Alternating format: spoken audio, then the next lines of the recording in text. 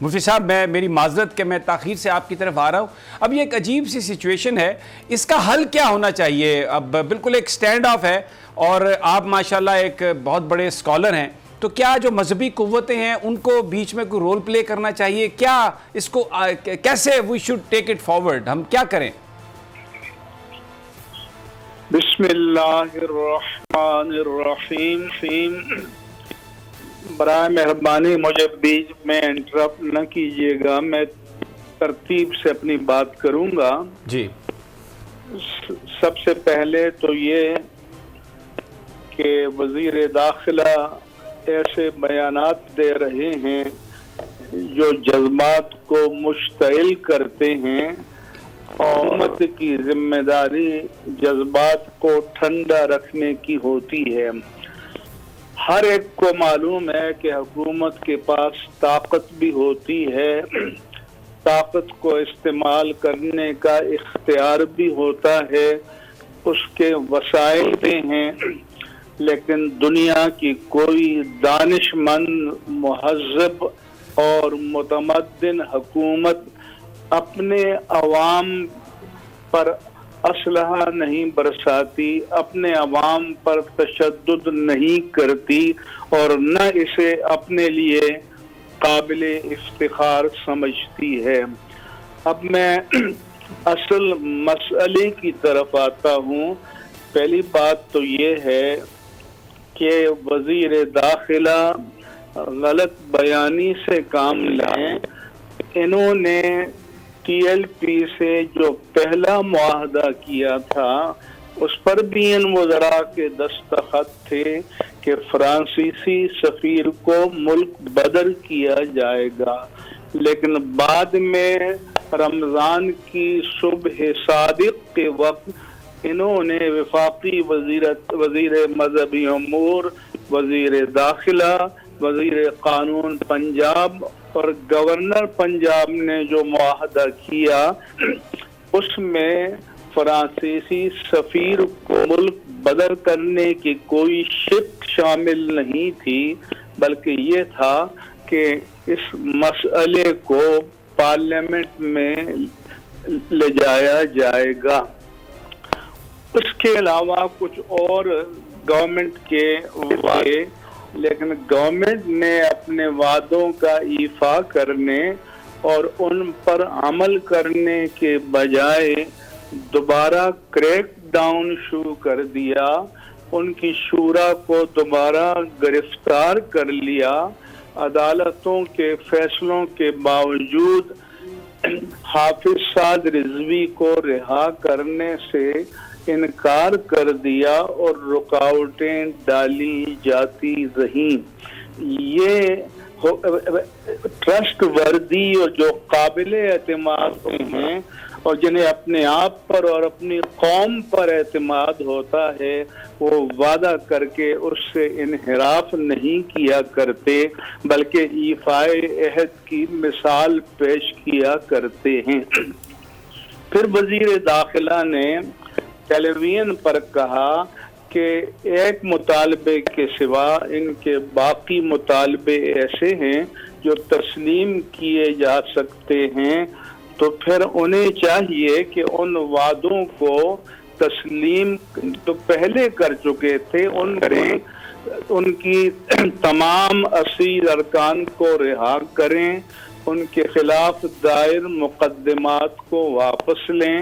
جو F I R ایک 70 سالہ شیخ الحدیث جو پاکستان میں اہل سنت کی سب سے بڑی جامعہ کا شیخ الحدیث ہے, حال ہی میں دہشت گردی کی دفعات میں ان کی ایف آئی آر کاٹی گئی ہے. ان سب چیزوں کو غیر مشروط طور پر واپس لیا جائے. پھر میں پاکستان کی تاریخ آپ کو بتاتا ہوں کہ ذوالفقار علی بھٹو کے مرحوم کے خلاف جب پی این اے کی تحریک چل رہی تھی اور انہوں نے مذاکرات کا فیصلہ کیا, تو پی این اے کے قائدین کوئی ڈی آئی خان جیل میں, کوئی ہری پور میں, کوئی وڈ میں, کوئی سکھر میں, اسی جیل میں تھے. ان سب کو آزاد کیا اور ریسٹ ہاؤس میں یکجا کیا تاکہ وہ باہمی مشاورت سے فیصلہ کر سکیں اور باہمی مشاورت سے معاملات کو طے کر سکیں۔ ان کو بھی چاہیے تھا کہ جیلوں میں جانے کی بجائے انہیں کسی ریسٹ ہاؤس میں پوری قیادت کو یکجا کرتے، اور میں نے مجیب الرحمان شامی صاحب کا ابھی 7 بجے کا پروگرام سنا۔ انہوں نے کہا کہ میں نے ان کے خطابات سنے کہ ہمارے امیر کو لے آؤ اور وہ ہمیں کہیں گے تو ہم یہاں سے واپس چلے جائیں گے، لیکن اور اسی طرح سے شیڈول 4 کو غیر مشروط طور پر اٹھایا جائے۔ خود شیخ رشید نے کہا کہ جن کے اکاؤنٹ فریز ہیں وہ اوپن کر دیے جائیں گے، ان پر پابندی کو اٹھایا جائے۔ تو اگر وہ ایک گڈ ول جیسچر کے طور پر یہ اقدامات کرتے تو ایک اچھی فضا پیدا ہوتی۔ حکومت کے پاس تو ہر وقت اختیار ہوتا ہے، لیکن اگر اس کی نیت صحیح ہو اور دھوکہ دینا اس کے مقاصد میں نہ ہو تو جو وعدے وہ کرتے ہیں اور جن پر دستخط کرتے ہیں ان کو عملی شکل میں انہیں کرنا چاہیے۔ اب میں آتا ہوں اصل مسئلے کی طرف کہ شیخ رشید صاحب کے مسلسل بیانات آ رہے ہیں ہم فرانسیسی سفارت خانے کو بند نہیں کر سکتے، فرانسیسی سفیر تو ہے ہی نہیں، ملک بدر نہیں کر سکتے۔ کوئی ان سے پوچھے کہ اس معاہدے میں فرانسیسی سفارت خانے کو بند کرنے کا مطالبہ کہاں شامل ہے، یا اب موجودہ معاہدے میں فرانسیسی سفیر کو ملک بدر کرنے یا سفارت خانے کو بند کرنے کا کوئی نہیں ہے۔ آپ اس کو ایک قرارداد، پرائیویٹ قرارداد کی شکل میں پارلیمنٹ میں لے گئے ہیں، ایک سیشن میں اس پر ڈسکشن کرا دیں اور اس فتنے اور فساد کو ختم کریں، لیکن حکومت کی نیت مجھے شک ہے، وہ بجائے اس کے کہ مسائل کو ریزالو کرے، پرامن طریقے سے کرے۔ آپ طاقت استعمال کر سکتے ہیں، اگر آپ نے درجنوں آدمی پہلے بھی شہید کے اب کر دیے تو کیا یہ تاریخ میں آپ کے ریکارڈ میں درج نہیں ہوں گے، اور کیا ان کو بھلا دیا جائے گا؟ لہذا میرا مشورہ یہ ہے کہ معاہدے پر لفظاً اور مانن عمل درآمد کریں، ان کی ساری قیادت کو رہا کریں، ان کو یکجا ہو کر آپس میں مشاورت کا موقع، اور جن معاہدے میں جن باتوں کو آپ نے تسلیم کیا ہے ان کی گردان نہ سنائیں، ان کو انفورس کریں، ان کو نافذ کریں، ان پر لفظاً اور مانن عمل کریں، تاکہ ان کو پتہ چلے کہ گورنمنٹ کی نیت درست ہے۔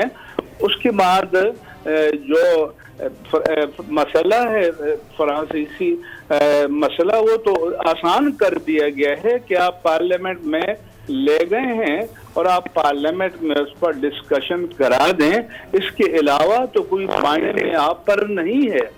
لیکن آپ لوگوں کو فریب دے رہے ہیں، دھوکہ دے رہے ہیں، فرانسیسی سفیر کو ملک بدر نہیں کر سکتے، فرانسیسی سفارت خانہ بند نہیں کر سکتے، پورا یورپ دشمن ہو جائے گا، تو یہ مجھے بتائیں کہ یہ معاہدے میں کہاں لکھا ہوا ہے؟ جو آخری پر سب کے دستخط ہیں، وزیر داخلہ، وزیر مذہب امور، وزیر قانون پنجاب، گورنر پنجاب بیٹھے ہیں، کیا اس میں کوئی ایک بھی ایسی شق شامل ہے؟ اس لیے میں اب بھی کہتا ہوں، میں وزیر اعظم پاکستان سے کہتا ہوں اور چیف آف آرمی اسٹاف سے کہتا ہوں کہ اس مسئلے کو دانشمندی سے اور بصیرت سے حل کیا جائے۔ یہ قابل حل مسئلہ ہے، یہ ناقابل حل مسئلہ نہیں ہے، لیکن یہ نہیں کہ آپ جا کے ایک بندے سے جیل میں مل لیں اور اس نے مجھے یہ کہا تو میں نے یہ کہا۔ ان کو اکٹھا کریں، ان کو آزاد کریں۔ ہائی کورٹ ایک سے زائد بار ان کے ریلیز کرنے کا آرڈر جاری کر چکی ہے، لیکن آپ اس کو امپلیمنٹ کرنے کے لیے تیار نہیں ہیں۔ تو لیڈرشپ آئے گی تو اپنے لوگوں کو کنٹرول کرے گی۔ آپ جتنی گولیاں چاہیں برسا دیں، لیکن آپ کو ایک آدمی کی ورث معلوم ہے کہ اس کے ایک اشارے پر ہزاروں لاکھوں لوگ میدان میں آتے ہیں، تو آپ مہربانی کریں، اس قوم پر رحم کریں۔ ہمارا نہ تحریک اسلام کے ہم رکن ہیں، نہ ہم اس کی قیادت کے کسی درجے میں ہیں، نہ ان کے سربراہ و سرپرست ہیں، لیکن اہل سنت و جماعت کا یہ اعتقادی مسئلہ ہے۔ اور جب لوگوں پر گولیاں برسائی جائیں گی تو سب کے درد کو محسوس کریں گے، سب لوگ اپنی اپنی توفیق کے مطابق بات کریں گے۔ آپ وہ نوبت کیوں آنے دیتے ہیں؟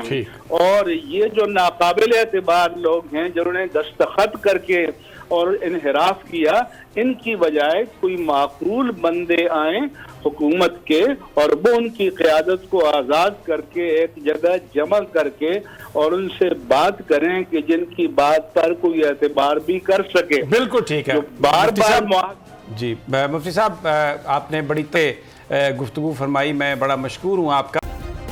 سبسکرائب کریں اور بیل دبائیں تاکہ کوئی خبر رہ نہ جائے۔